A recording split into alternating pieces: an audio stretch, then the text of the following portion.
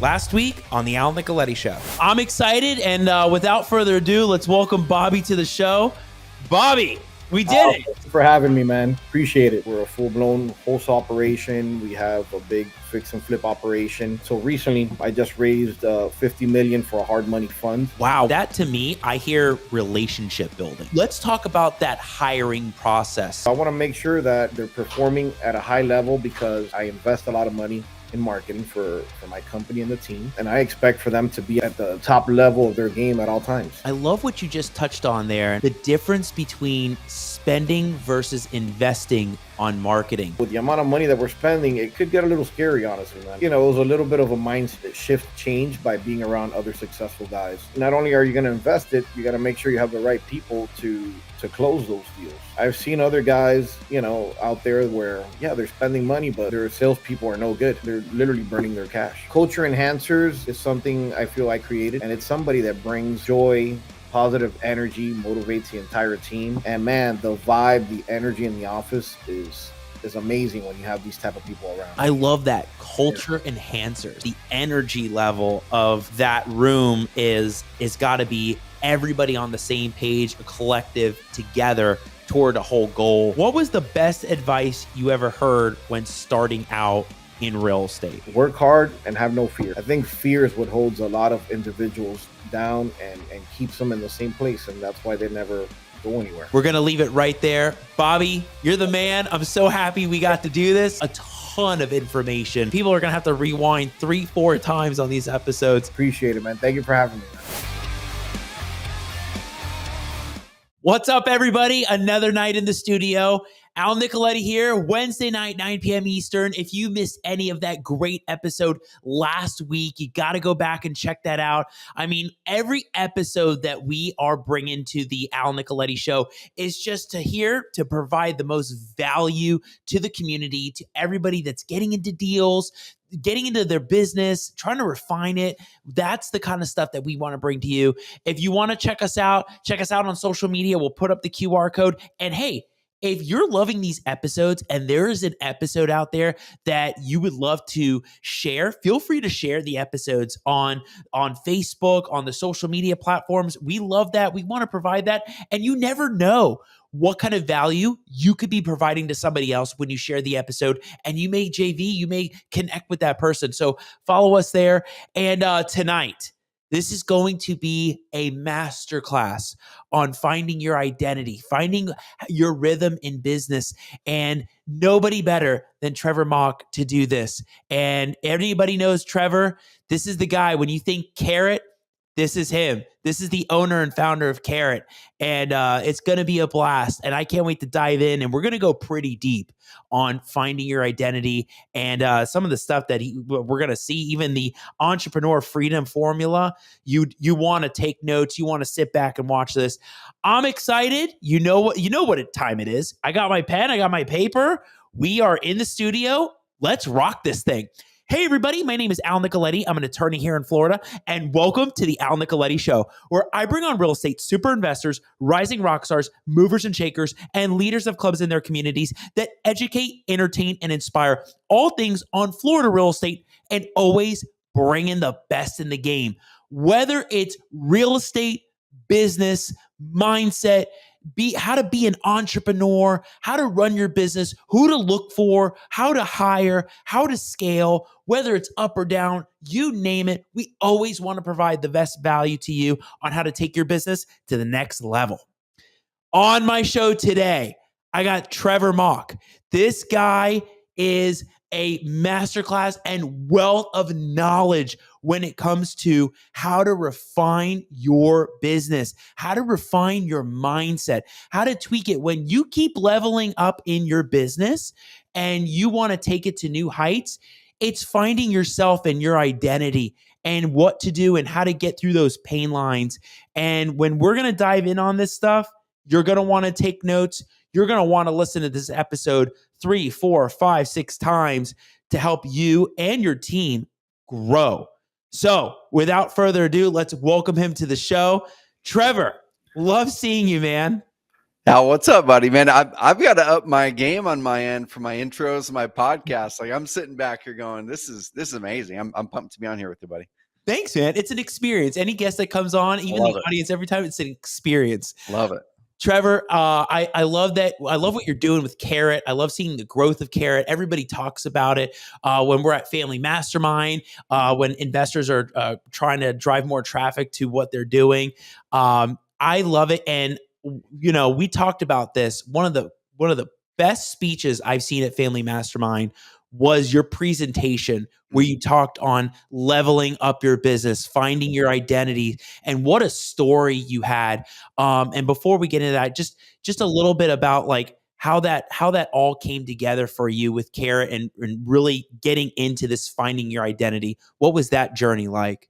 Dude, yeah, I'll give you the Cliff Notes version. We'll dive in as deep as you want to go, but kind of give people context where things are today, because they weren't always this way. And we're about 60 or so employees with Carrot. Software companies is what we are functionally. But what we do is we help mainly real estate investors. Now we're going into agents, but now we're going into HVAC companies and other home service industries too, to help them attract the highest motivated leads through the internet, through what we call evergreen marketing, right? And so even though we have what for me is a bigger team today, I never dreamt to have 50, 60 employees. I thought that would be miserable a decade ago. When I first got started in entrepreneurship, it was 2004. I was a junior in college, about 21 years old, and I bought a piece of real estate by the college. And it all started literally Carlton Sheets, infomercial. He had his course, his no money down course. And my dad had bought it a couple of years prior, never did anything with it. Now he's bought a bunch of real estate since, but he kind of challenged me because he knew I was thinking about business even then. I tried a landscaping company. I tried a couple other things even in college. And he had this course and I was thinking about getting it, and I didn't have the money. I was like trying to scrape up, trying to find $500. He's like, I bought this one a few years ago. He goes, I'll give it to you if you make a deal with me. If you go buy a piece of real estate, no money down within 12 months, you don't have to pay me the $500 for the course. But if you don't buy a piece of real estate, you've got to pay me $500 for the course. Challenge was, dude, I didn't have any money, right? And so it literally was no money down. Within that year, using the basics of what you learned through a Carlton Sheets course, which wasn't a lot, but it gave me the seed that I needed. I bought a 4-unit building up by the college, no money down. Still own that property today, cash flowed from day one. And so that kind of got my entrepreneur journey going. And then fast forward, let's say from 2004 through today, I guess now 20 years later, which is insane.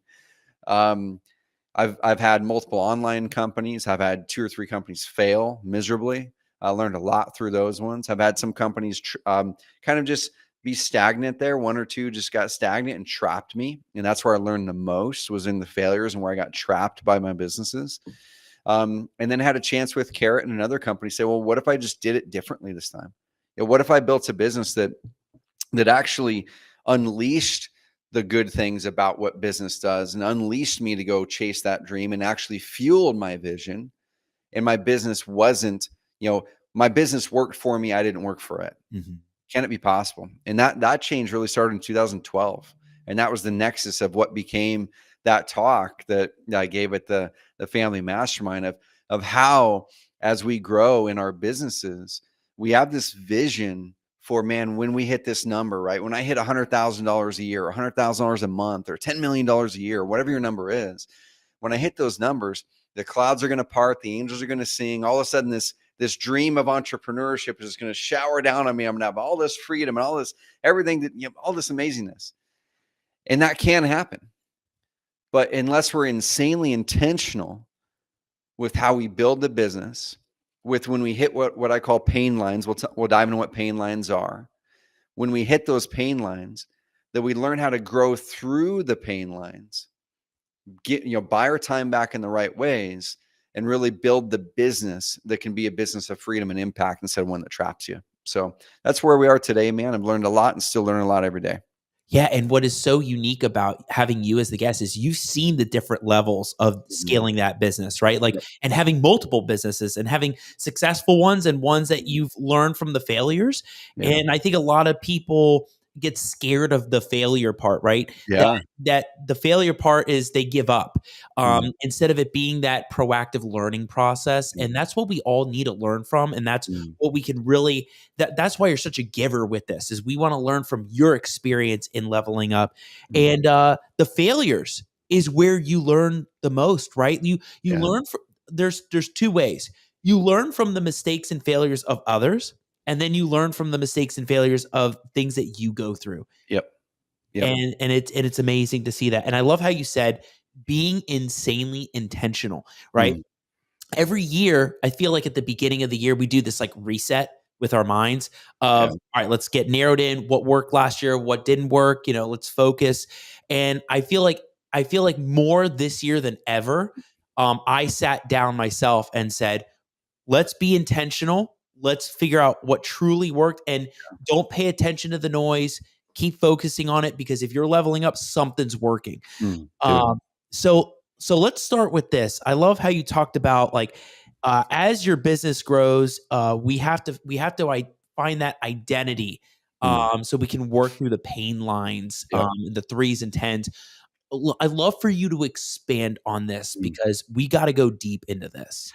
Dude, so I'm going to take us way deep, and Al, stop me, because I'll keep going. Like, interrupt me. Feel free to interrupt me. You won't hurt my feelings at all. So let me take everyone back to 2012. Okay, so 2012, I was 3 businesses in, and by businesses, I'll use businesses loosely for maybe one of them. I started something, sold some product, and realized I didn't want to do it. But by that time, I had a number of properties in the real estate side. All owner finance, nothing like, not building any real cash flow, right? I was asset rich, cash flow poor, because all the money was going in for just for reserves.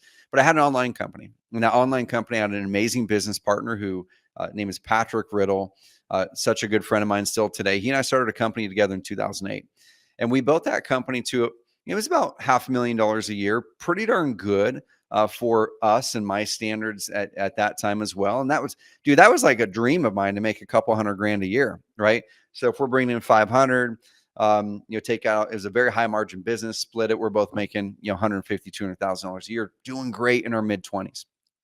So here's the problem that came up, Al, was I remember vividly, this is about 2010. We had our first child, McKinley, our daughter. She's 13 now, in 2010. And I remember laying in bed, like looking at the ceilings. My wife had gone to work. She had taken our daughter to the daycare, to the nanny, and I was supposed to be working that day, right? So the reason that our daughter did not stay with me at home with the guy who worked at home is because I was supposed to be working, right? I'm doing a job. I've got important things to do, running this online company and having these properties. And I remember I was laying in bed till 10:30, 11 o'clock in that morning. It's like going back to sleep and going back and sleep. And I'm like, I wasn't excited to do the work that I had set out in my own business that day. And I remember watching a Steve Jobs commencement address a number of years ago, where he said this quote. He said, if you wake up in the morning and look in the mirror, he goes, ask this question. He said, am I excited to do what I'm about to do today? And if your answer for too many days in a row is no, he goes, then you need to change something. And I was at that spot, Al, where I was like, I was not excited about my work for way too many days in a row. And it was weird, right? Because when we start our businesses, and we look for what I call freedom and impact. Like that's at the center of my entrepreneur freedom formula. And I'll bring this up here in a second. But at that time, I'm sitting there going, how the heck did I build a business that was supposed to set me free? And it actually feels like I'm trapped. Like I feel like I have less options in my business than I would if I went to get a job. And so I would start to think and second guess, well, maybe I should go get a job. Maybe that'd be a little bit easier. I wouldn't have to think about all these things. And so what I did during that time instead was I challenged myself. I said, well, let me figure out, is this just me, or is it just me? I haven't figured out how to make this work. Is the entrepreneur dream fake? And maybe it's not actually real, that you can actually live your dream as an entrepreneur, and you're just going to have to work your butt off all the time. You're going to be trapped by your business. You're going to be working for your business forever. Or is there someone out there who's solved this, and they did figure out how to make this entrepreneur dream work? And I chose that option. I said, there's no way this can be fake. There's no way the entrepreneur dream is not real. And so I started looking for examples, right? I'm looking for examples of people, and I found guys like Richard Branson. I found other people that I went, I don't know, it kind of seems like they're kind of loving life. in general, and they've been able to make it work as a business owner.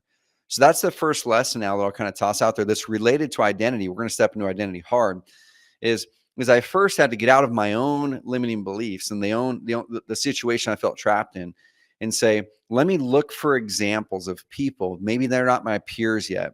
And what are the traits they're exhibiting? How are they showing up? What are they doing in their business? What are they doing in their life? And someone a little bit closer to me that I could actually reach out to at that time. This would have been 2012 then. Name is Greg Clement, good friend of mine today. He started a mastermind that year. I'd never been a part of a mastermind, never forked down the money to pay for a real mastermind. I'd kind of gathered up some of my buddies over the years. We had some phone calls and we'd share ideas, but not like plunking down 20 grand for a mastermind. And I wouldn't say that I was just flush to be putting 20 grand out to be able to join this mastermind. But he started this mastermind called the 7 Mastermind. It was the one and only year that it ever happened now. Never. He did it for that 1 year, shut it down. It's never happened since. And the reason I joined that mastermind was because I knew that in that moment of where I didn't know that I hit a pain line. I didn't know what pain lines were. I didn't know that pain lines existed in business. I was between the $300,000 and $1 million pain line, and I had no clue how to grow through that pain line. And I'm going to define all these pain lines for you here in a second. Yeah, I was just about to say, like, let's define what Let's do it. what a pain line even is. Let's do it, man. So there's something that I learned over the years. I was actually in the office with Clayton Mask, the CEO of Infusionsoft, about a month and a half ago. And he wrote a book called Conquer the Chaos many, many years ago. And that was the first time that I'd ever heard of the growth levels of things break at 3s and 10s. Okay. So in your business, things are going to break at 3s and 10s. They're going to break at 100,000, 300,000, million, 3 million, 10 million, 30 million and above, right? When I read that, I didn't have any context to what the heck that meant because I had never even made it really through many of those pain lines to see the trend. So I probably ignored it completely when I read that originally. It came back to me again later around 2012, 2013 about these 3s and 10s. And I started to dive into that. So when you hit that 3 or 10, things get hard operationally. Okay, communication structure gets harder in your business. If you're at 300,000, you probably have a person or two doing some work for you now. Even if it's just an executive assistant or a VA, we now have to learn how to communicate differently. Processes break at 3s and 10s. Some of the 3s and 10s, your revenue model starts to break and you get stretched, have to go try to figure it out. And essentially, you can't scale back. You can't scale past $300,000 and stay there if you don't know how to delegate, right? So you have to be able to delegate effectively the tasks that drain your energy, that run the business and or drive the business forward. At $1 million to $3 million, you're kind of more delegating rather than tasks from 300,000 to $1 million. You got to delegate tasks. You have to step into being a performer, right? 300,000 to $1 million, you delegate everything that drains your energy and doesn't make money. And you step into the things you perform the best at. Maybe you're amazing at sales or acquisitions or marketing. You just master the heck out of that at 300,000 to $1 million. You're going to get to $1 million as long as you delegate the things that drain your energy and lead you away from the revenue. Once you hit the $1 million, though, you need to start to delegate things differently. You're going to be delegating projects now. So you're probably going to have a small staff at $1 million. You might need to have your first manager in place, and that manager is probably leading a couple people, maybe a few sales reps or a few support reps or something like that. And you need to get way better at outlining outcomes for a project and trusting a person to go deliver the project and bring it back. At 3 million to 10 million, where things start to break is around leadership, right? So 3 million to 10 million, you now, and this applies for most businesses, 3 million to 10 million, you now have to step into being a leader. And I'll show the whole growth levels and every identity change you have to make, every change you have to make on strategy, on marketing, on vision, on purpose. It's all going to be in this at every level. Yeah, and Trevor, let me add in on this is like, Yep. Every time I hear this level up, whether it's finding the assistants and delegating, whether now you need project managers, now you need to find a different leadership level. Yep. The thing that comes to my mind is it really comes down to the hires that you're making and being able to envision what person am I looking for? What traits am I looking for? Attitude, qualities, experience level. Because as you go higher, you tell me, I would say that you'd have to have even a higher experienced person to be Yeah. in that role. Yeah, and that's one of the challenges, dude, that I experience is a lot of the people that you might have hired early on aren't going to be able to grow with you in that role. They aren't going to be able to make it through from 300,000 to 10 million, right? And some will, the minority will, but the types of hires as you go, like 3 million to 10 million, you're going to hire your first head of, right? It's like your first director or head of marketing or head of sales. Now, a lot of people will hire a head of or a COO at $1 million a year. You don't have a COO at $1 million a year. You probably have an operations manager or maybe a director of operations at $1 million a year, but people overinflate the COO title. That's a whole nother conversation. But once you get to 10 million, what you have to delegate, so 3 to 10 million, you delegate results. Okay. So you have to be able to have a head of, actually own the plan, go drive the plan, and you're delegating the result to them. Hey, go bring back this revenue, bring back these leads. You're accountable to making this happen. Once you go over 10 million, that was one of the hardest ones for me, Al, is crossing over that 10 million, is I did not know how to delegate strategy well. Okay. Because around that $7 to $10 million mark, if you're that dynamic CEO who probably has your hands in like every revenue driving part of your business, things start to get hard, things start to break, your growth ceiling starts to slow because you are now accountable for strategy on marketing, on sales, on product, or whatever it is. And if you're accountable to all those and you have a staff of people reporting to you, you're probably not doing a very good job defining strategy deeply to now up level the business for that next season. And that's what happened for me when we hit that mark. And I had to learn how do you actually hire a real executive, like a real executive, a real C-level, real VPs, not people with the title that are overinflated, a real person who can truly own outcomes, who can truly work independently and drive the business forward. And that's the big thing about the executives in 10 million plus is you hire that first person who can truly work independently and drive the business forward, not just deliver some things over here. So those are the levels at 3s and 10s they break. And dude, here's what happens. Okay, here's the key. Then I'll toss it back over to you. Is what I didn't recognize going back to 2010, 11, 12, that I was going through that pain line at the 300,000 to $1 million. I didn't know how to delegate well. I had an assistant who helped with some things. I had some people who helped with these things.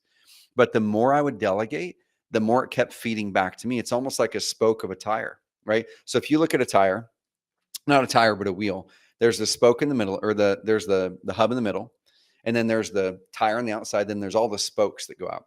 Picture yourself being the hub in the middle of that tire. Okay.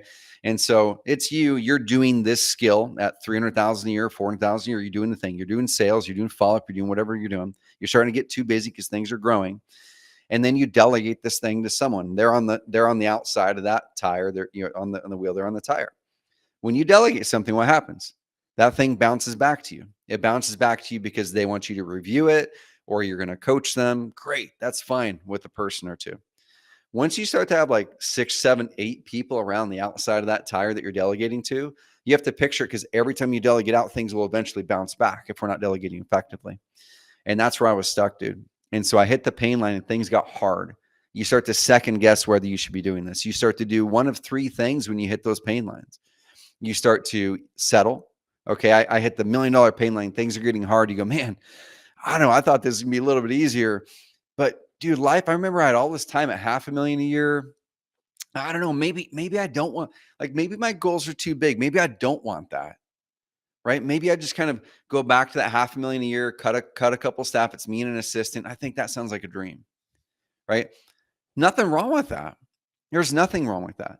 But I want to challenge you, if you're listening to this, that if you're at one of those pain lines and you're settling, you're going, the good old days were back here. It was simpler. Maybe that's what I should be doing. Maybe I should lower my bar and lower my ambitions. I want to challenge you that it's probably an identity thing. We're going to talk about that here in a second. I think that's a call to actually step into that growth, to step over that and raise the bar, because you are capable of more. You just hit a pain line. You don't know how to grow through it. We'll help you grow through it. The second S that happens when we hit those pain lines is we sabotage. That's the one, honestly, for me, Al, that I step into more often than I would like. It's where things are busy and you don't answer that email. You don't reply to that text message. You don't reply to that phone call because things are just kind of chaotic in that moment. It's hard. And you know that when you reply to those things, it's going to create more business or more issues you're going to have to deal with because there's something broken over here on the delivery or on the sales, and you're going to have to do some more work. And all you see on the other end of that stuff, that activity, is more pain. You go, oh man, I know I should be doing that, but if I do that, it's going to be this. And I'm already working 50 hours a week right now, 60 hours a week right now, and you sabotage by not doing the activity. What happens naturally? You sabotage, things start to slip backwards, and then we oftentimes slip into settling. We go, oh, well, this is hard, and I didn't get into it for this. That's what was happening for me in 2012. I hit the pain line. I was sabotaging left and right, delivering projects late to my business partner, all kinds of things. I was just making excuses for not doing the work because I knew when I did, it was going to create more work over here, and I didn't know how to solve that. So I slipped back and went, I don't know, maybe I should just do consulting, just one-on-one consulting, and make, $150,000, $200,000 a year. That's literally what I was about to do. And at that time, I call it the 3-year turn and burn cycle, Al. Usually when we start a company, we're motivated by some sort of force. Tony Robbins, usually says you're usually motivated by fear or, pleasure or pain, right?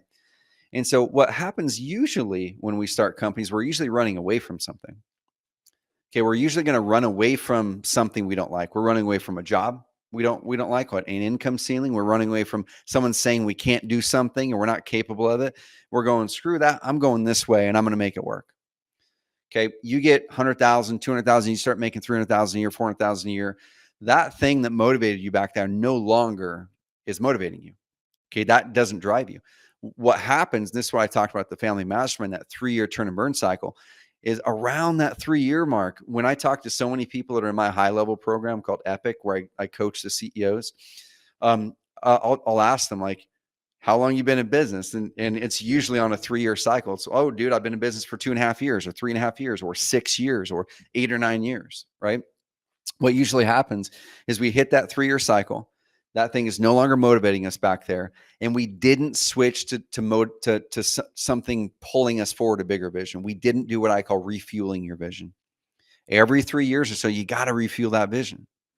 If you don't refuel that vision about every 3 years, and we'll pull up the Entrepreneur Freedom Formula now here in a second, so I think it's to give people more context. If you don't refuel that vision about every 3 years, you're going to get stuck. You're going to then slip back. You're not going to have a good strategy and plan. You're going to feel less connection to purpose with your work. So you hit some income, but you're not getting some of the fulfillment rewards. And then you get distracted. And that's when we start our second business or third business, take our eye off the main business that got there. That one then starts to slide off. And then if we're on the cycle where that's all that we do is we get distracted every 3 years and we don't learn how to move towards an exciting vision and stay in that business and elevate the vision for that business, we're on this 3-year turn and burn cycle. Every 2 or 3 years, we're starting something new and we're wondering why we can never get ahead. Right? If it would be helpful, let me share. Yeah, let's do it. And Trevor, I got to say, everything that you're saying right now is just resonating. At whatever level anybody's at right now, I mean, this has to be hitting you and getting you to think about a different perspective on how to look at your identity, look at your business, look at where you're at. And I got to say, as soon as you hit that strategy level that you were like, well, wait a second, this is not for me. That had to be a big moment for you because you're probably thinking, I could do this, I could do this, I could do this. And you had to be like, I need to take a step back and realize this is not for me, right? That moment of taking that back. Dude, 100%. Because I don't know if anyone can relate to this. When I went from just starting to then, let's say, making, $500,000 a year as a business, everything that I kind of touched for that 1.5 or 2 years was working. Right. And so you start to then think you've got the Midas touch and that you can go start this and I can invest in this, I can do this. And all of a sudden you spread yourself thin and then you have some losses, right? You have some things that stack up as, man, that wasn't very fun, or I'm getting overwhelmed here. And that's what happened for me is I had about a 2-year period where everything worked. Everything was just so good. Okay, man, I'm getting so confident now I can just do all these different things. But my identity and my ability had not caught up with my desire, my ambition to go start these new things. And then you start to stack up the losses that erodes confidence. And then that's where you go, maybe I should just kind of settle for this back here. And so many people do that.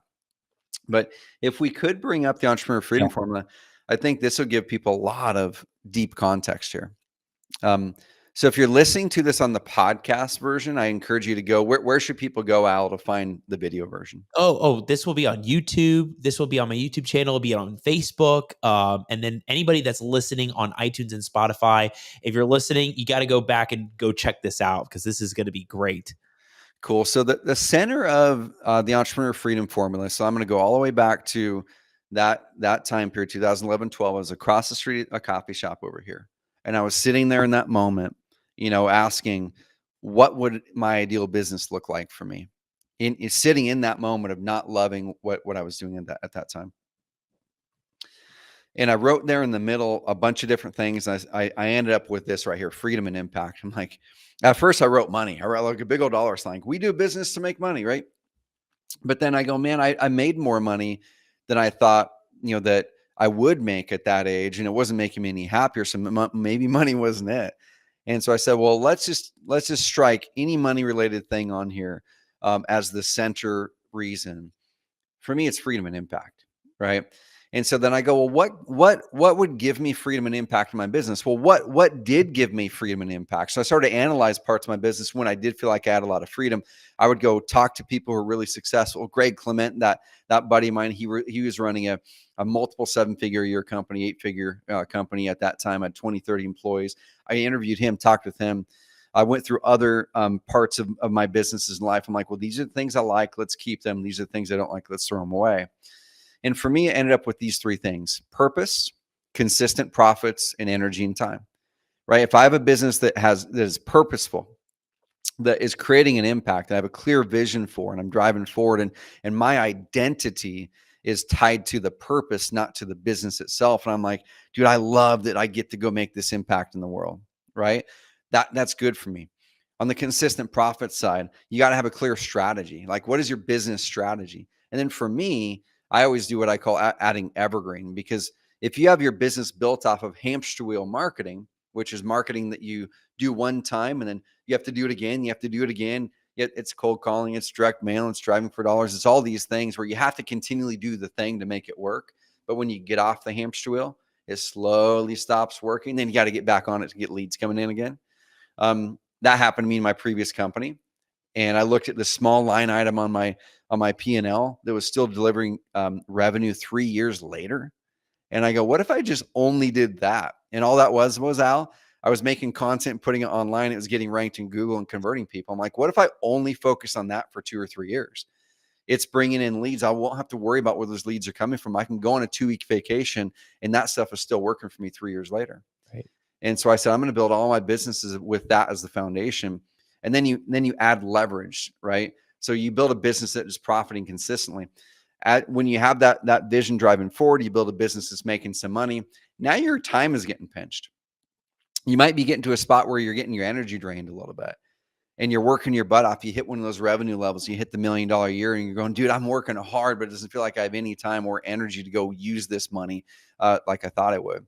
And so this is the spot where we need to buy back our energy and time, right? I have a process I call the energy audit.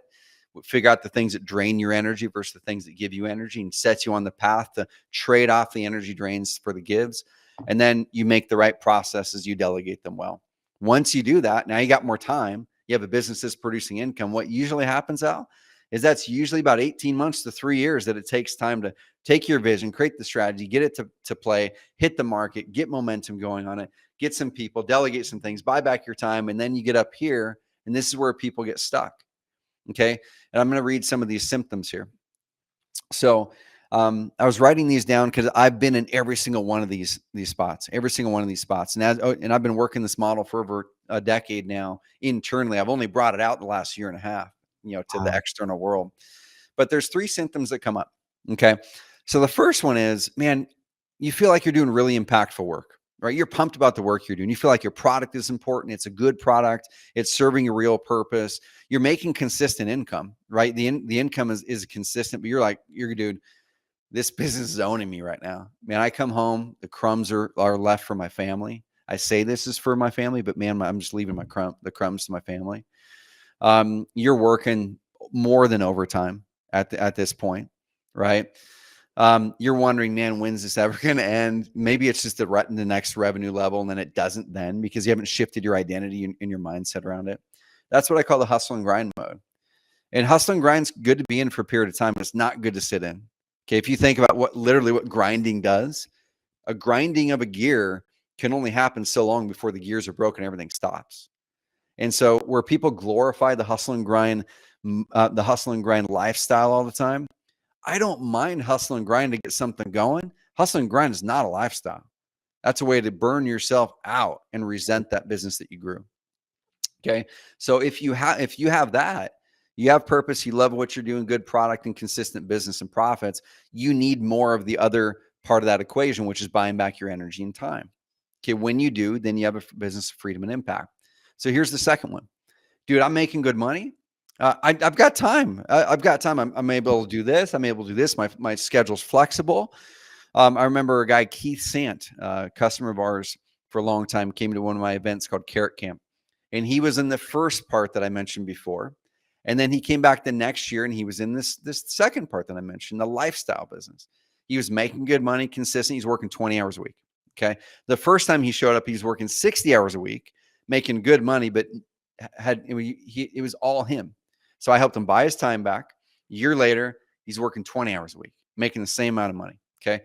He's sitting here and he's like, dude, yeah, nothing's wrong on my marketing side of things. Everything's good. I could tell Al something was off, dude. I'm like, Keith, there's something missing here. Like, how can we help you? Because it doesn't seem like everything is just peachy for you. He goes, honestly, I just feel empty. Like I thought when I made money and had all this ample time that was it. He's like, dude, I feel empty. I feel like, what is my purpose now? I go, okay, cool. Let's work on that. So the next year we worked on that. And now he has amazing purpose. He loved teaching how he got there, like to our other customers. So we plugged him in. We're like, dude, you just teach our people.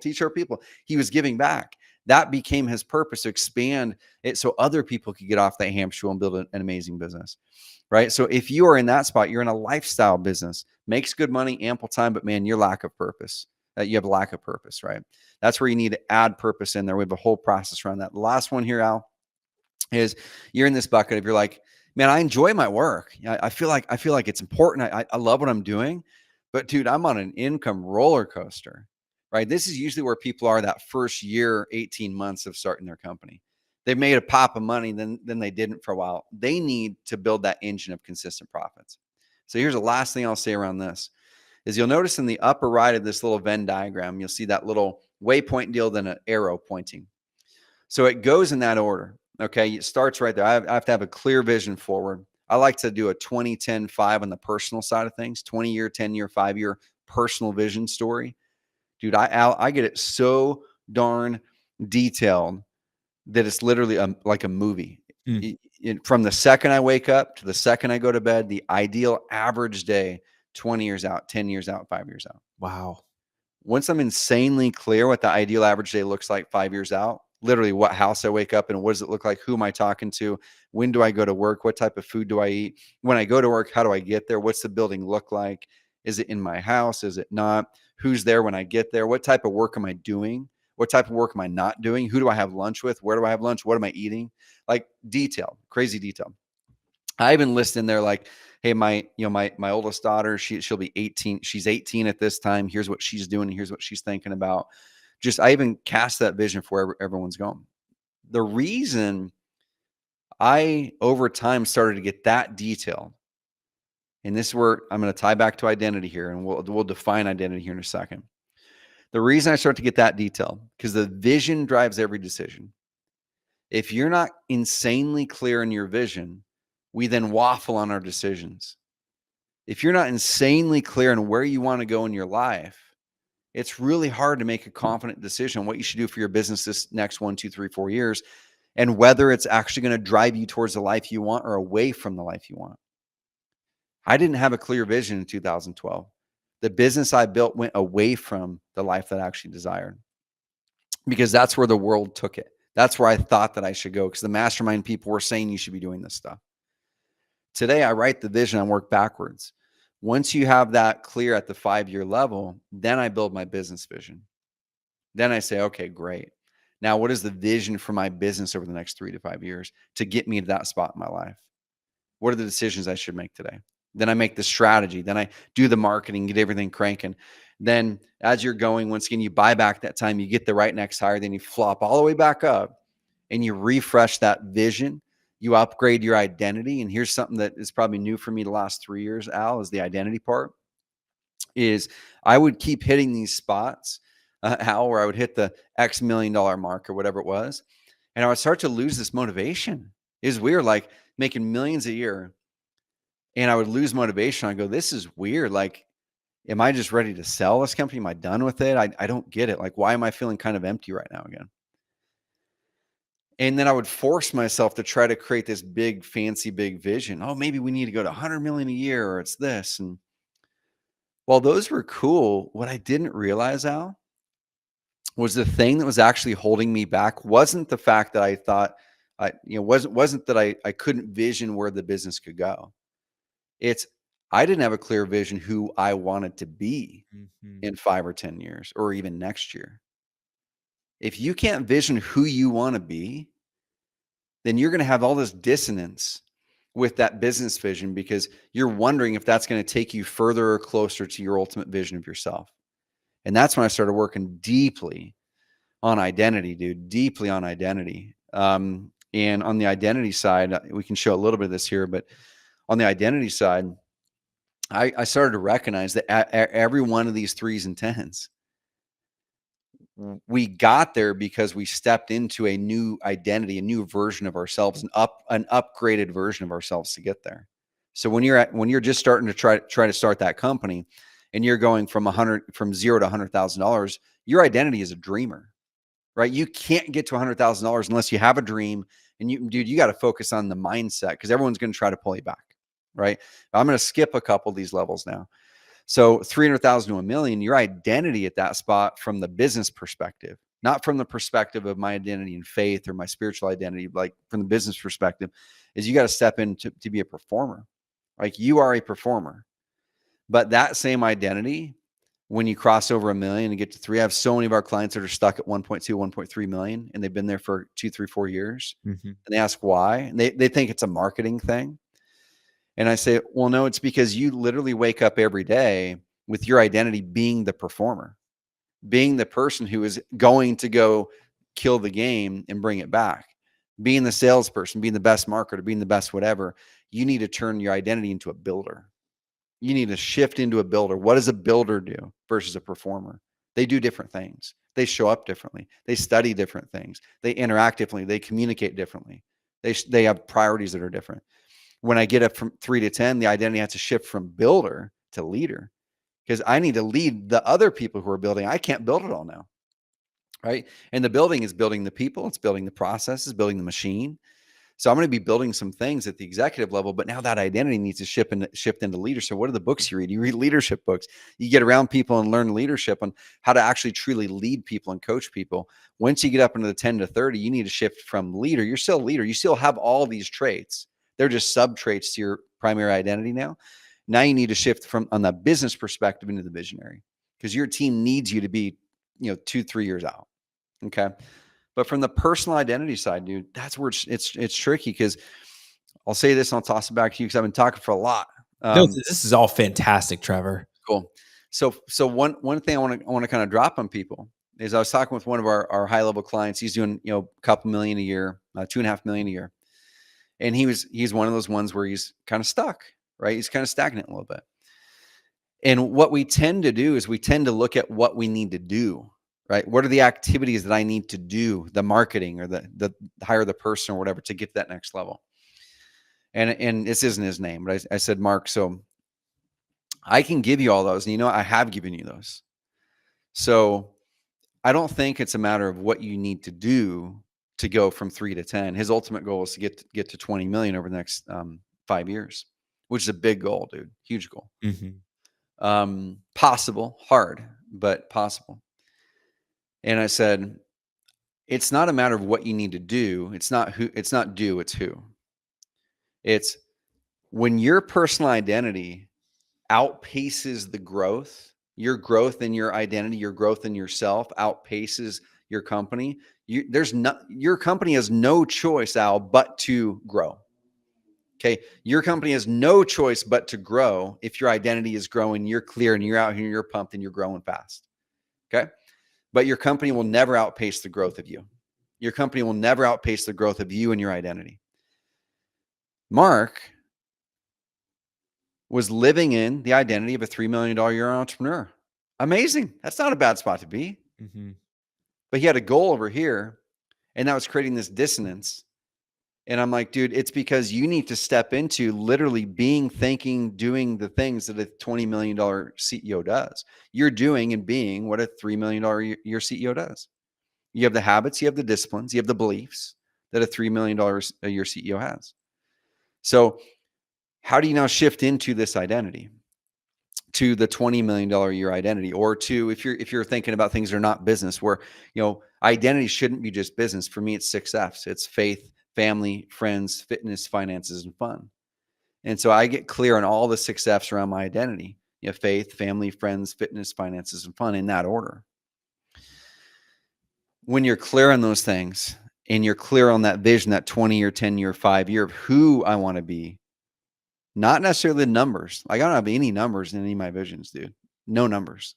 There's no, I'm doing $100 million a year. It's, this is what my ideal average day looks like. I'm going to experience that day. The numbers will follow, because people get stuck on numbers too much. And they weigh their identity based off of the number that they're achieving in their business. I want your identity to influence your number, not your number to influence your identity. Right? So we should be clear on who we want to be, that you'd be insanely proud to be in those 6 F's, man. It's like, and write down in detail what that day looks like as you're living those 6 F's. And the business has no choice but to grow into that, because you've created that reality. It's pretty darn cool when you get there. Oh, this is unbelievable. I mean, I'm taking tons of notes on this. I'm going to have to watch this again myself to grab everything, look at the chart. And I mean, how many people, I'm sure so many people can feel this, because when all of us started our business, when so many people start their business, it's chaos. It is. Right? It's burning the midnight oil. It's things are everywhere. You're trying to just get through the day, get through the grind, and you have no vision at that point, right? Like, the idea is survive. Yeah. In the beginning, it's survive. Yep. And then all of a sudden, it gets to a point where you start bringing the money in, and you want the business to grow, right? Yep. So you, like you said, you keep thinking of the business, right? You don't think about you and the identity part. Yeah. And so what resonated me, it just resonated with me at Family Mastermind, because I was going through a different growth phase. And so when I heard you talk about that, I'm thinking, this is what I need. I need to hear about what the levels are, and how to buy back my time so I get more energy, how to have purpose, how to have more of the profits, but also be able to have the time to do the other things. Yeah. But most importantly, finding your identity so that you can grow and keep your business growing. Like, when your business is trying to outgrow you, there's something wrong, right? And you need to find you. And that's what I love about what you said. I mean, that chart is a game changer. If you're listening to the episode, you got to put it on pause and go watch the video and go look at this chart that Trevor has. I mean, years in the making. I mean, these are things that it takes an entrepreneur years, and for you to write down. And I love this point that you made about, a lot of people think about numbers when they hear goals, numbers when it's about vision. Like, we need to do 200 deals next year. We need to do $1 million next year. You're like, no, I want to envision what my life is going to look like, what my day is. And I feel like that is such intentional focus. It's intention. It's like manifesting Mm-hmm. what you want in life, and it becomes, what do you want in life? Yeah. And it changes the whole game. Dude, 100%. And you mentioned numbers. So I still have numbers, right? Like I have goals for the year. I have goals, number goals for our business over 3 years. Where I don't have numbers is on my personal vision, right? Because the business and your team members, they need numbers. And the numbers do matter because that revenue actually helps to fund new cool projects, the next business we're going to acquire, the hires or the career advancement or whatever. But yeah, from the personal side of things, because so many times I would root my identity or sometimes even self-worth based off of my net worth, and would discover and meet people who have far bigger net worths than I ever even put on paper as a goal, and they weren't happy. So I'm like, the number probably doesn't really matter then as far as my personal vision goes. And I think where like the rubber meets the road on the vision or on the identity side. And like I said, dude, I've been teasing out identity a lot the past few years. I've got a whole process I call the identity upgrade. I do it every year. And it works like amazing, dude. But the biggest thing with identity, it's like a couple things. Identity is caught, not taught, right? So I can teach you some things around identity. I can teach you, hey, here's some habits you might have, here's some disciplines, things like that. But really we catch identity from the people that we're influenced by, the people that we're around, right? So it could be on this podcast, it could be the friends that you're around.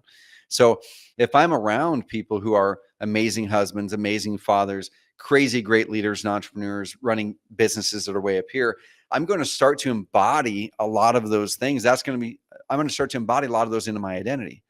If I'm around people who are always pissed off at the world, unhappy, out of shape, they're terrible fathers and just crappy business people and poor, I'm going to start to adopt that identity. And so we have to recognize, what are we catching our identity from? You have an identity. What are you catching it from? Or is it getting pulled up and moved forward to where you can become the greatest version of yourself? Or is it getting pulled backwards into another spot? And there's really 3 parts of identity, right? Identity is made up of beliefs. Okay. And for me, it starts with my spiritual identity. Like, who am I? Who does God say that I am? Literally in the Bible, you open up and it literally says, like, God says you are these things. And so I started there because I would start to make up this stuff. And once for me, like I started to realize, like, this is who I am. Now let's build from there. And then what other beliefs do I have, right? I believe that the world is generally positive and good. I don't believe that it's generally bad, but a lot of people believe it's bad. So if you approach the world with that belief that it's good, then you'll find all kinds of good opportunities. And you'll meet amazing people like Al, right? The second part of identity is standards. Okay. You're gonna, I heard my coach, Dan Martell, say this, and he probably heard it from somebody else, but I love how he says that you will always fall back to your standards, right? So if I have a standard, and oftentimes they're unsaid standards. We don't usually say these standards. I have a standard that I only work out when it's convenient, right? That's the standard for a lot of people. Is you'll get to it when it's convenient, right? But if you have a standard, it's like, no, I work out every day. Like, I am an athlete. If that's your standard, you will live up to that standard. If it's not your standard, you always fall back to your standards. So it's beliefs, it's standards, and the third part is disciplines. And disciplines really manifest as your actions and habits on the daily basis. It's not what you do occasionally, it's what you do every day. And that's the part that's hard for me, dude. Like, I'm not a consistent guy by nature. I'm an 8 quick start, 2 follow through on the Colby. I am the guy who has 6 books half read. I'm the guy that has to fight against lack of discipline for discipline. And there's some areas of my life I'm really proud of that I'm really disciplined. There's some areas I'm still working on a lot that I'm like, I got to get better there. But most of the time when I've stepped through those 3 areas, beliefs, standards, and disciplines, I then have to ask, well, if I don't like the way that I'm showing up in this part of my life, or if I don't like the situation in my business, I'm going to ask, well, what are my beliefs around my business? Do I truly believe this business can get there? Do I truly believe I'm the leader that can get there? I remember at one spot early on in Cara, Al, we were probably around the million or a little over $1 million mark. And I thought, man, it would be amazing if someday we can get to 10 million a year. I thought that was the biggest number in the world. And which that's big. Like, what is it, less than 1% of companies are ever going to get to 10 million a year or something like that. The challenge was at that time, I literally thought, well, but once we get there or when we get close, I'm not the guy to lead it, right? I'm just not that guy. So I lived for probably 2 to 4 years, assuming I'm not the guy who can lead the business post 10 million. So what do? I live up to that. I take all these actions that essentially prepare me to have a massive pain line once we get up to 10 million. Cause I already told myself I'm not the guy that's going to be the guy post 10 million. So I had to wrestle through that for probably like a year, maybe even a little bit more, just identity work to get myself to believe that, no, I am the guy who can lead this business to 20, 30, 40, 50 million if I want to. I'm the guy. All I had to do was raise my standards, increase my beliefs that I could do it, get around people who were doing it, and then get the right disciplines in place. And you start to then live that identity. But it's easier said than done. Yeah, and I like how you're talking about surrounding yourself with the people that are doing those big things. I know in this industry, uh, one of the best things about this community is everybody is striving to be a better version of themselves. Yep. Build a bigger business, scale their business, hire the best employees. And that's what makes the real estate community very unique because everybody wants to be better. And once you get into that, and then all of a sudden you step out of that and you start seeing people that are not, you're like, well, wait a second, I want to get back in because you want to be aligned with people that are always leveling up. And the real estate community, I mean, everybody that's an entrepreneur in here, there's some form of discipline. There's some form of consistency because it is working. I mean, you're doing something. But I love how you're breaking these things down and things that we have to be able to look for within ourselves and find that because a lot of us just focus on business, and the company and everyone else. You have to look at internally at you, right? You look at what you want first.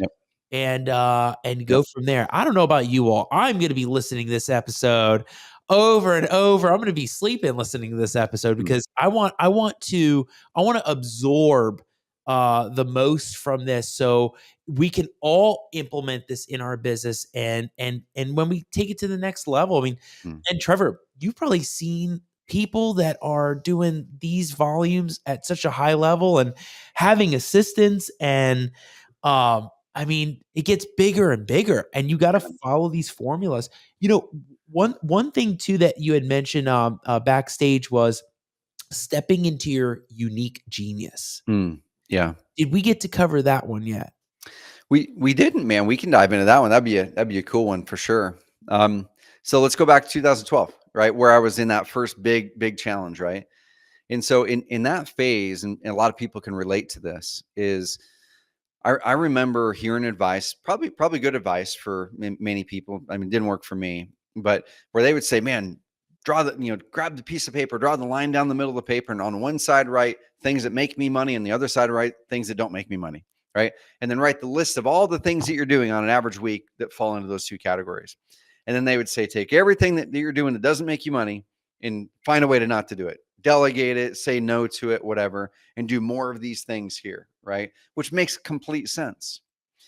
The challenge that comes up is I was doing that in that previous company, and I was asking, why am I miserable then?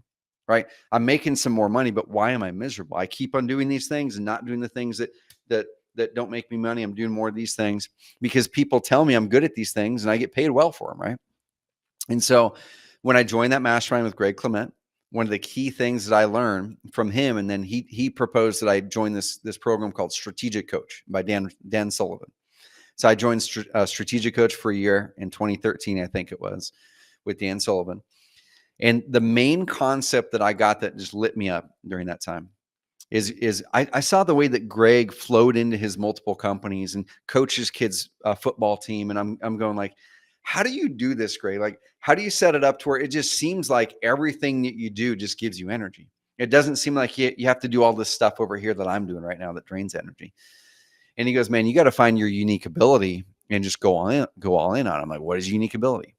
So at Strategic Coach, like the third session, we would meet quarterly. I bought the Unique Ability book. I read it, did all the things, wasn't hitting me. And the coach walked over to me that day. And I said, I'm really struggling with my unique ability. Like, I don't know what it is. And the things I was writing down now were all the things I was getting paid well to do that, what people said I was good at, marketing and marketing copy and all this stuff. And she says, well, you'll know your unique abilities because they're the things that you're really, really good at. You could be world-class. And when you get done doing them, you have more energy when you finish than when you started. And she said, that list of things, do you have more energy when you're done doing those? And almost everything on that list said no. And she goes, all right, that's your job, is to find out what gives you energy. And this is a main thing that I recognize over the next 2 to 3 years out, is I flipped the script on that line down the middle of the paper thing.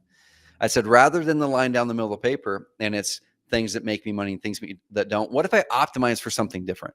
What if I optimize for something different other than money? Because obviously the money thing wasn't leading to a guaranteed happiness and fulfillment. And I said, well, what if I optimize for energy? Like, what if I just optimize for energy? If I'm in full energy, more often than not, that's a pretty damn good life, right? I know many people who aren't making a ton of money who are full of life and energy, dude. And I know people who are making a bunch of money who'd probably trade places with that person many, many days. So I said, I'm going to optimize for energy. Line down the middle of the paper. What gives me energy? What drains me my energy? And then I'm going to write down all the things on an average week. It's called my energy audit. It's a part of that entrepreneur freedom formula. As you saw, the first thing to do when you're trying to buy back your energy and time is use my energy audit. Everybody can get that actually free. It's just carrot.com/energy, I think. Carrot.com/energy. Just get my energy audit worksheet, go use it. And so you write down all the things that drain your energy on an average week that you're doing, all the things that give you energy. But here's the key, especially the things that you're not doing right now, but they give you energy. Working out gives me energy. I wasn't doing it at that time. And you write down the list. So here's the odd thing that came up, Al, and this is where things really took off for me. This is where I switched from my previous business to then what became Carrot a year and a half later, and just started doing business completely different. Is I did that over the course of about 18 months. Every quarter, I'd pull up and do my energy audit. I'd circle 2 things in the energy drain column. I'd write down how many hours a week those 2 things were taken, even if they made me money, even if it was the thing that made me the most money, but it was draining my energy, sucking the life out of me. I'd circle it 7 hours a week, 5 hours a week. Cool. That right there is whatever, 11 or 12 hours or something like that. Okay. And then the very first project and priority on my schedule that quarter wasn't something to go make more money. It was to buy back my time in those 12 hours. So I'd go, okay, does this thing have to be done still? Yep. That's kind of driving the business. Okay. I need to replace myself in that then. So I'd write a process, I'd create process, find a person, plug it in. You don't hire to build your business in the early days. You hire to buy back your time. Okay. And so when we hire to buy back our time versus hire to build a business, and we focus it on energy, you start to build a business you like. And the crazy thing is you make more money because you're doing things that give you energy. So as soon as I get those 12 hours back, I delegate them. I take one thing over in the energy gives column, Al, and I go, what's the one thing I want to add that's going to add the most energy back to my life, even if it doesn't make me money? Awesome. I'm going to add that. And I've got enough time to add another one. Cool. I'm going to start working out now, and I'm going to start a podcast because it gives me energy to do these. But dude, I don't know how to make money from that. And that was one that I did in 2016 with Carrot. I'm like, dude, these long form articles, they make us money. I'm writing them. They suck the life out of me though. I love having these conversations. This gives me energy. But I'm like, dude, how can I trade this thing that I'm really good at that's making our company a bunch of money, but I don't want to do anymore, with this thing that makes our company no money at that time, but I want to do it? I found a world-class writer to start writing those. I created a process, handed them off to him. He became the editor-in-chief at Shopify for their blog after working for me. And then I started a podcast. I'm like, I'm just going to keep training energy drains for energy gifts all day long. Hire to buy back your time, not to grow the company sub 3 million. And that changed it for me. So this is the wild thing, dude. Like if I were to pull up my energy audit, it's probably very similar to many people on this call. I love strategy. I hate execution. Like I want to come in here on the whiteboard, blow up the whiteboard, and then leave. But in the early days, or even at 2 or 3 million, I'm like, how the heck are we going to make a business if I just do that? So you have to do some execution. You'll work your way there, right? I love having these conversations. I love podcasting. I love going and speaking at an event. I don't love anything managerial. I don't love email. That's why I don't do email. I have assistants who do email. I don't do it. But I don't love, just most follow through on things. So I've like surrounded myself with so many high follow through people. I get amazing energy by strategy with vision, building things. I want to go build the thing, but I'll probably build half of it. Then I gotta go start something new. So I've learned I always have to be partnering with someone on my team to build stuff now, because Trevor's going to build 12 things, get them halfway done, then leave. So cool. I'm building something right now with Sean on my team. We're building our brand new product for the HVAC market. Great. We're going to build it together, but he knows I'm not going to finish it. So he's like, then I'm going to move on. And so you just structure things to more often than not give you energy. And I aim for the 80% energy give versus energy drain ratio right there on the energy audit. The magic of it is after you take the audit, you're going to write down approximately, finger in the air, what percentage of your average week is these energy draining activities versus energy give. At that time out in 2012, when I invented that exercise, I was 80% energy drain. No wonder I hated my work. It took me a year and a half to 2 years, went to about 70% energy give. And now today I usually run 70 to 80%. And it feels a lot better. Wow, that's amazing. And I can even sense that you love doing the podcast. Like you love sharing and speaking about this stuff, just like at family, just like on the podcast, just like me being on your podcast. Like I could see like this is what gets you going, because like it's the give, it's the share, it's going through these experiences. And I get it, the emails and voicemails and scheduling and calendaring. I mean, there's so many things that you could just delegate and get off your plate. And I love how you put it in finding that energy and being able to break it down in those columns and looking at it every year. Cause like you look at it every year, right? Yeah. The energy audit I do every quarter. And the thing with that, dude, is like, you can either do the energy audit proactively and kind of prune the energy drains, because they're always going to come back. I was literally talking with Braden on my team today, who runs my content. I'm going, dude, Braden, we've done so many great things in my calendar this past couple months, but there's a couple things that keep creeping back in there that are draining the crap out of me. So I'm going to go work with Haley, my assistant, to get those off of my calendar. Like, that's draining me, and somehow they creeped back in. So you always got to keep pruning. Or sometimes, being honest, Al, like I'll forget, or my assistant, I actually had to have that be a part of her job after a while, where I would forget like 2 quarters in a row. What happened almost every time I'd forget to do my energy audit is I would get burnt out again. And it would be like a energy audit by force, because I had to do it. I'm like, oh my gosh, I've got to change something. So bring the energy audit in. Okay. All right. Let me get back on track. So I started to make those things like my assistant's job, where now she has a part of her quarterly process.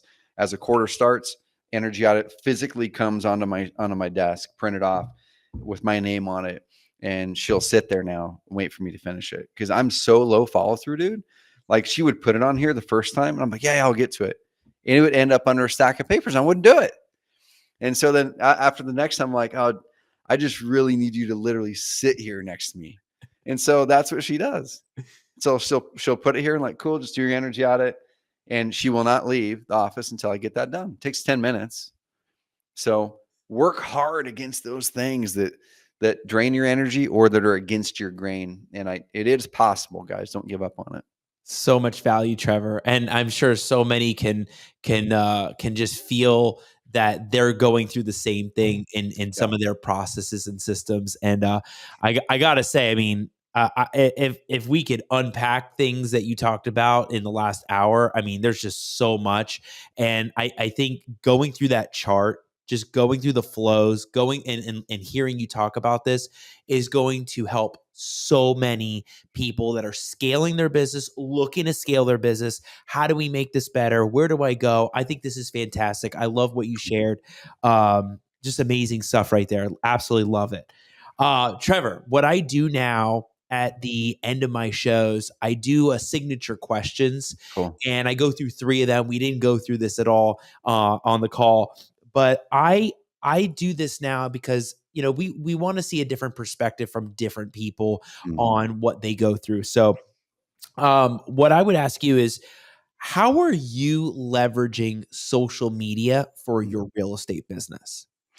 Dude, good question. Short answer is not very well. Like for my real estate business, I don't really use it at all other than to post pictures of my properties. We have some commercial properties here in downtown Roseburg that are historical properties. So people know I'm buying, so I'll usually get like the first leads. We're looking at a property across the street because people know I'm buying. So I'm always posting on our projects and the fact that we're buying. But in our business, dude, I'd give myself like a 4 out of 10 on the social side. So that's something that we're actively working on growing right now.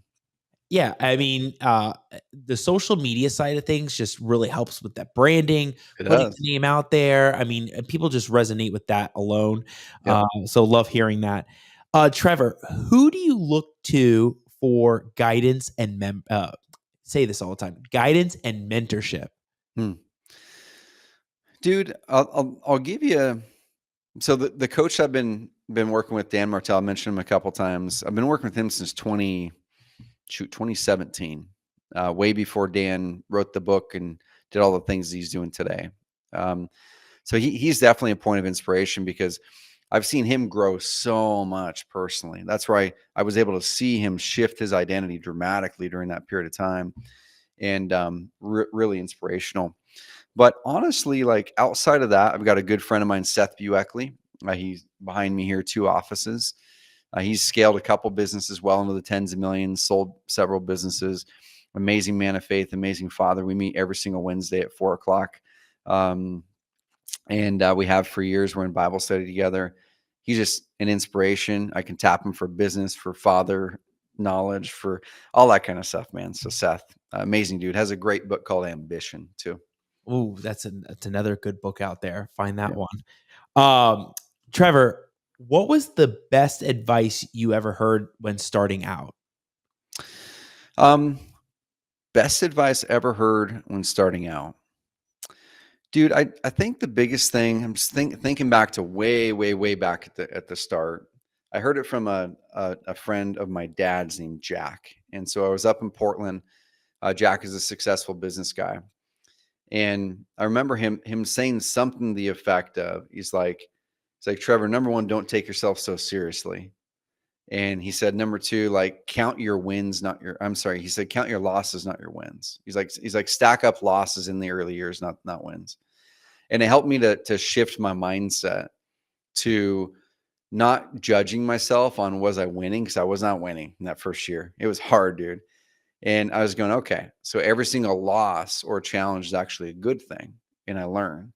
And that's what he was saying. So once I shifted to that was part of the thing that made me make the decision to actually do business for a second year. Because I went in $16,000 in credit card debt the first year. I didn't make any money. Paid my taxes on my credit card that year. And I Wow. was getting ready to go get a job. And Jack told me that, and it was just in my brain. It was in my brain.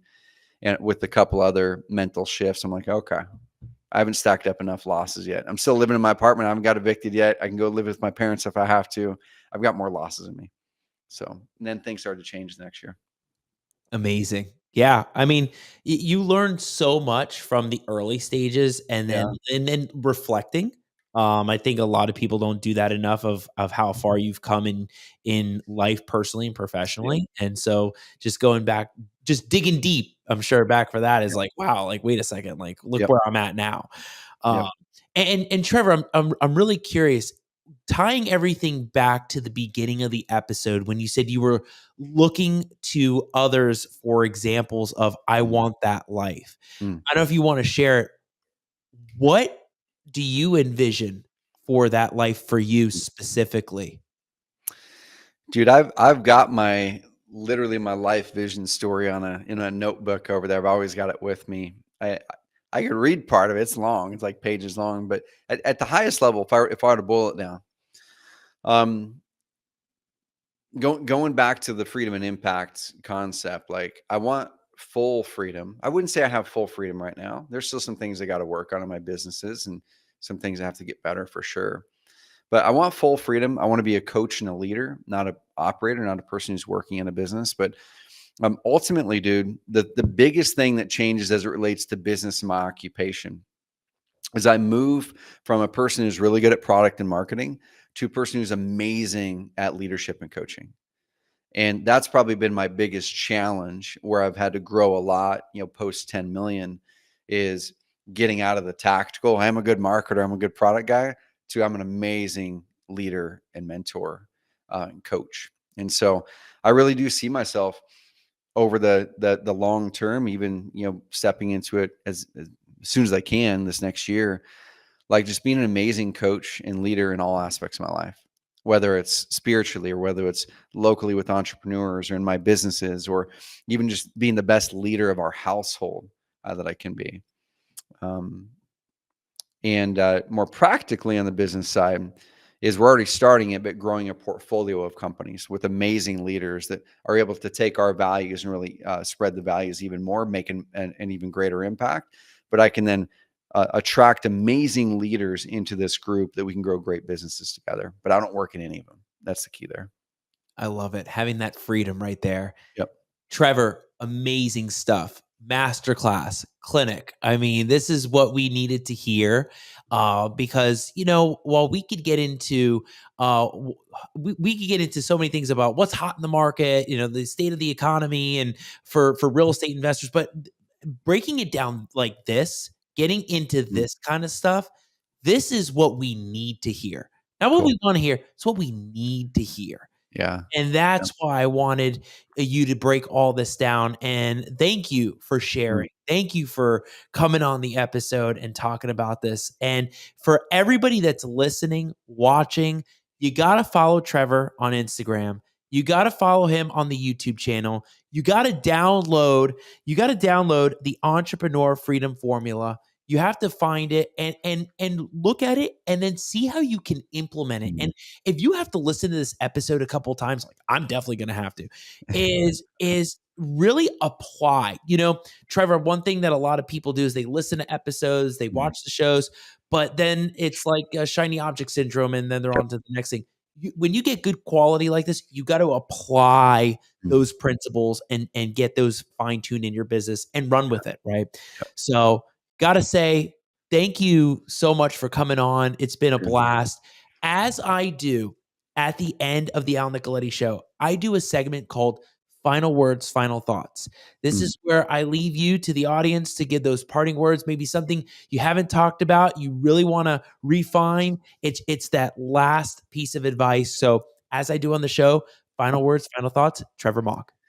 Al, so final words, final thoughts here, man, is summing up everything that I just talked about for this last, little over an hour now, is to recognize, number one, that as you're growing your business, you will hit the pain lines. It's not whether you will or not, it's you will.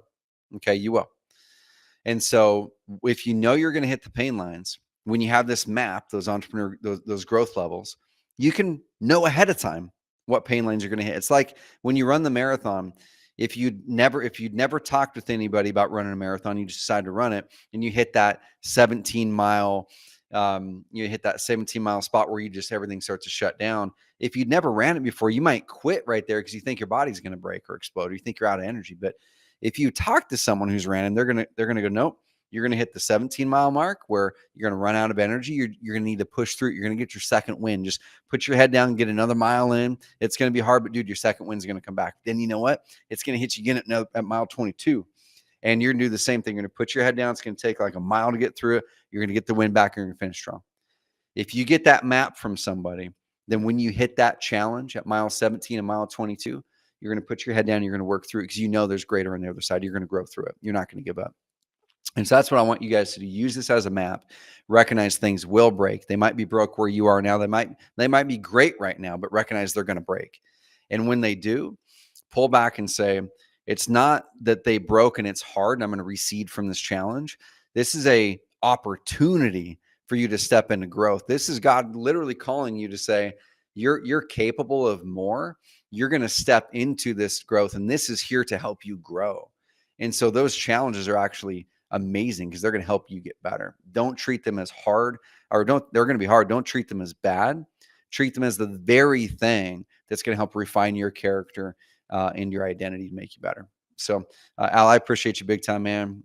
Business is not easy. It's hard, but when you approach it from that perspective, it makes the trials a heck of a lot easier and more sweet. Absolutely. I love it, Trevor. We're going to leave it right there. That was amazing. Thank you again, Trevor, for coming on, sharing that. And, I can't wait to see you soon. It's always great seeing you. I got to see you at family in person. Yeah. It was like a surreal experience. I'm like, it's not all about virtual. Like, we get to That's see right, it man. live. So we'll definitely catch up soon. Great stuff, man. Thank you Appreciate so you, buddy. much. Thank you, man. Thanks for having me. Thanks, guys and gals. Hope to see you guys out there in the real world sometime. Sounds good. We'll see you soon, man. Yeah, thank you. Take care. Wow. I don't know about you all. This episode is loaded. I mean, this is the type of episode that will change your business and life, right? This is the type of episode that it will require replays. You will want to go back and study a chart. You will want to go back and realize, wait a second, we gotta look at how are we doing things in our business, and also finding that identity, finding that identity of you on how you can really help level up yourself. You got to go back and watch this. Trevor really broke it down. Finding that discipline, stepping into your genius. So many golden nuggets for you to enjoy, for you to listen to, write down. And as I've been saying on the last few episodes, one thing that is really critical for people to do when they listen to this is not just listen, but apply these things. Because when you can apply the entrepreneur freedom formula, Trevor has seen it work for people that are doing high deals. Like, you're talking millions. People that are trying to go beyond 3 million, 4 million, doing $10 million deals. I mean, you have so much here to learn from. I can't wait for you all to listen. If you want more content like this, because this is a banger right here. You want more content like this, check us out. Scan the QR code. You'll find us on all the social media platforms, all of your favorite podcasting apps, and share this episode. Share this episode on Facebook. Share the YouTube link, because I know there's probably a lot of people that should be listening to this episode.